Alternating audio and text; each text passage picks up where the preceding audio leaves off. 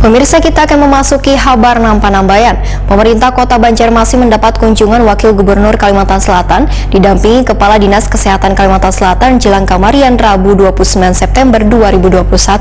Pertemuan sekaligus rapat bersama Wali Kota dan Wakil Wali Kota Banjarmasin, Kepala Dinas Kesehatan, serta Kepala Puskesmas se-Banjarmasin di Aula Kayu Baimbai Balai Kota Banjarmasin ini terkait percepatan vaksinasi di Kota Seribu Sungai.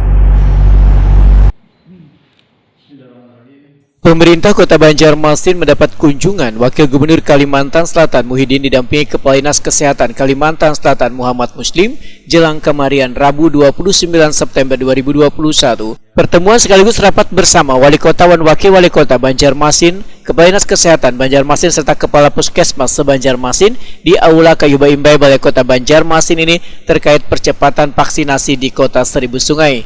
Wakil Gubernur Kalimantan Selatan Muhyiddin Wahitakuni Prima TV memadahkan pertemuan dengan pemerintah daerah di Kabupaten Wan Kota di Kalimantan Selatan sudah diagendakan untuk memantau langsung jalannya pelaksanaan vaksinasi di setiap daerah.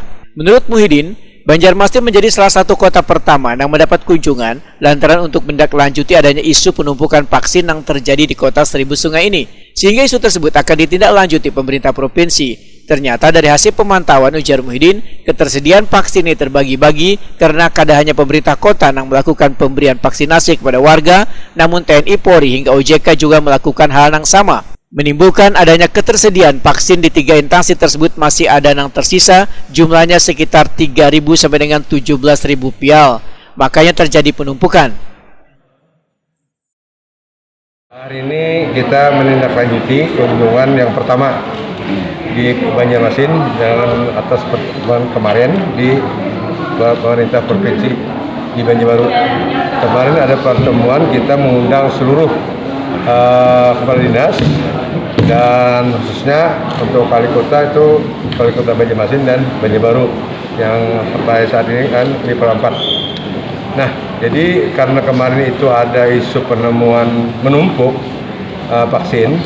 Nah ini maka kami akan bersama Kepala Dinas Provinsi akan menindaklanjuti untuk pertemuan itu di mana aja menumpuknya.